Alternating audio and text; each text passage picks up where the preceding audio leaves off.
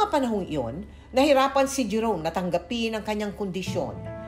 May mga araw din na hindi siya makapasok sa trabaho dahil sa sobrang pananakit ng leeg niya. Nagbago rin ang kanyang ugali at pakikisama niya sa mga taong nagmamahal sa kanya. At napadalas din ang pag-post ni Jerome sa social media para mailabas ang kanyang mga hinaing tungkol sa dinadala niyang sakit.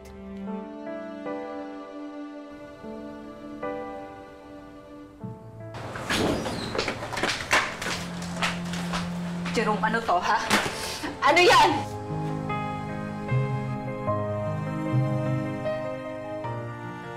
Burahin mo yan bago pa makita ng iba, bago pa makita ng pamilya mo!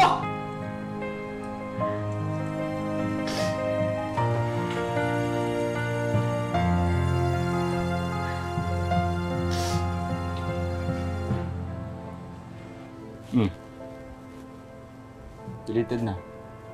Huwag mo nang binibigyan ng mga ibig sabihin yan, post-post lang naman. Anong gusto mo, ha? Deadmahin ko na lang na mamamatay ka na? Jerome. Jerome, kung nahihirapan ka, nahihirapan na rin ako. Pagod na ako. Pagod na akong alamin kung ano ba nasa isip mo. Pagod na akong manghula kung ano bang gusto mo. Kasi asawa mo ako. Pero hindi ka nagsasabi sa akin.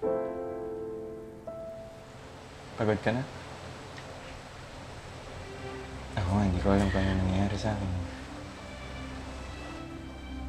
Kaya nga diba sinasabi ko sa'yo, kung mag-usap tayo ng kaparehan ng kondisyon mo,